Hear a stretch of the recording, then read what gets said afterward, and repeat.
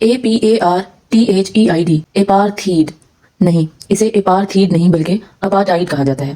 عام طور پر اس term apartheid کا مطلب ہے کسی بھی فرد کے ساتھ یا افراد کے گروہ کے ساتھ ان کی نسل کی بنیاد پر امتیازی رویہ رکھنا، ان کو الگ یا یوں کہہ دیا جائے کہ کم تر محسوس کروانا۔ اس ٹرم کو سب سے پہلے 1948 میں استعمال کیا گیا گورنمنٹ میں موجود نیشنل پارٹی کی طرف سے۔ یہ ساؤتھ افریقہ کے اس بیچ کی تصویر ہے دوربن میں جو کہ خاص طور پر وائٹ کمیونٹی کے لوگ ہی استعمال کر سکتے تھے۔ یہ تصویر 1989 میں لی گئی۔ اپارٹائڈ ایک ایسے سسٹم کو کہتے ہیں جس کی پالیسیز، لاز، ریگولیشنز یہ ڈیفائن کرتے ہوں کہ بلیک کمیونٹی کے لوگ کیا کیا کر سکتے ہیں اور کون سے کام نہیں کر سکتے۔ اس سسٹم کو 20th سینچری میں ساؤتھ افریقہ میں کافی لمبے عرصے تک نافذ کیا جاتا رہا اور نافذ کرنے والی وہاں کی وائٹ مائنورٹی گورنمنٹ تھی۔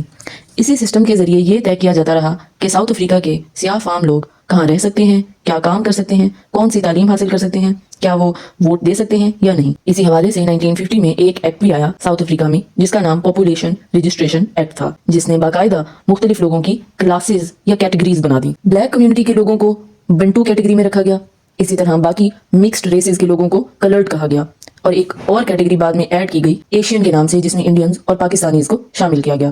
لیکن 1990s میں ساؤتھ افریقہ کی حکومت نے نئے پریزیڈنٹ فریڈرک ولیم کلرک کے انڈر ایسی لیجسلیشنز کے جو کہ اپارٹائڈ کو پروموٹ کرتی آ رہی تھیں ختم کر دیا۔ ایک نیا آئین لایا گیا جس میں سیاہ فام لوگوں کو ووٹ ڈالنے کا حق دیا گیا اور نیشنل الیکشن بھی ہوئے جس میں تمام ریسز کو شامل کیا گیا۔ اپارٹائڈ کو کافی حد تک ختم کر دیا گیا، خواہ وہ ایجوکیشن کے معاملات ہوں یا امپلائمنٹ اپرچونیٹیز ہوں یا ویسے بھی باقی معاملات میں اپارٹائڈ کو ختم کیا گیا باقاعدہ لیجسلیشن کے ذریعے۔ اب جو نیشنل الیکشن 1994 میں ہوئے وہ تمام تر ریسز کو شامل کر کے کیے گئے، اور پھر ایسی گورنمنٹ آئی جس میں میجورٹی سیاہ فام لوگوں کی تھی اور اس کو لیڈ کر رہے تھے نیلسن منڈیلا۔ اسی طرح آفیشیلی اور فارملی تو یہ اپارٹائڈ ختم ہو گئی، لیکن اس کے سوشل اور اکنامک اثرات کافی عرصے تک باقی رہے۔ اب فی الحال ساؤتھ افریقہ ایک ڈیموکریسی ہے اور اب وہاں اپارٹائڈ کافی حد تک ختم ہو چکی ہے۔